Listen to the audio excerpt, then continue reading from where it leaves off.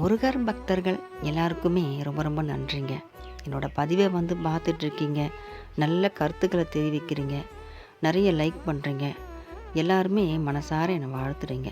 ரொம்ப ரொம்ப நன்றிங்க. உங்களுடைய அன்புக்கெல்லாம் நான் ரொம்ப கடமைப்பட்டிருக்கேன்.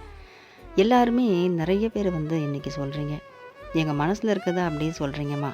முருகர் உங்கள் கிட்ட பேசுகிற மாதிரி இருக்குது உங்கள் மூலியமாக அப்படின்னு. நிச்சயமாக முருகர் தான் பேசுவார். ஏன்னா என் மனசில் என்ன தோணுதோ அதை நான் முருகனை வேண்டிக்கிட்டு நான் சொல்கிறது உண்டு இந்த மாதிரி பதிவில். அது நிறைய பேருக்கு பொருந்துதுன்றாங்க. நிறைய பேர் மனசார என்னை வாழ்த்தவும் செய்கிறாங்க. உங்ககிட்ட நாங்கள் பேசணுமான்னு கூட சொல்கிறாங்க. அதுக்கு எனக்கு என்ன பண்ணணும்னு எனக்கு புரியல. கமெண்டில் நீங்கள் பதிலோ ஏதோ ஒரு கேள்வியோ கேட்குறீங்கன்னா நான் அதுக்கு பதிலும் நான் சொல்லுவேன். என்னுடைய கேள்விக்கும் அழகாக பதில் சொல்கிறீங்க. எல்லாருமே அன்புக்காக கட்டுப்பட்டவங்க தான். நானும் முருகர் பக்தன்றனால நானும் அந்த அன்புக்கு ரொம்ப கட்டுப்பட்டவ தான்.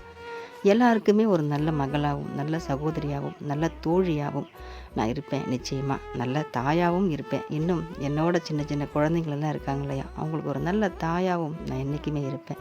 யாருமே இந்த உலகத்தில் அன்பில்லாதவங்க கிடையாது. ஏன்னா நம்ம முருகரை வழிபடுறோம். எல்லாருமே முருகர் பக்தர்களாக இன்றைக்கி இருக்கோம். அப்போது அன்பு கடலே நம்மக்கிட்டே இருக்கார். நம்ம அன்பு இல்லையேன்னு இயங்க வேண்டாம். அன்பு காட்டுறதுக்கு நம்ம முருகர் இருக்கார்.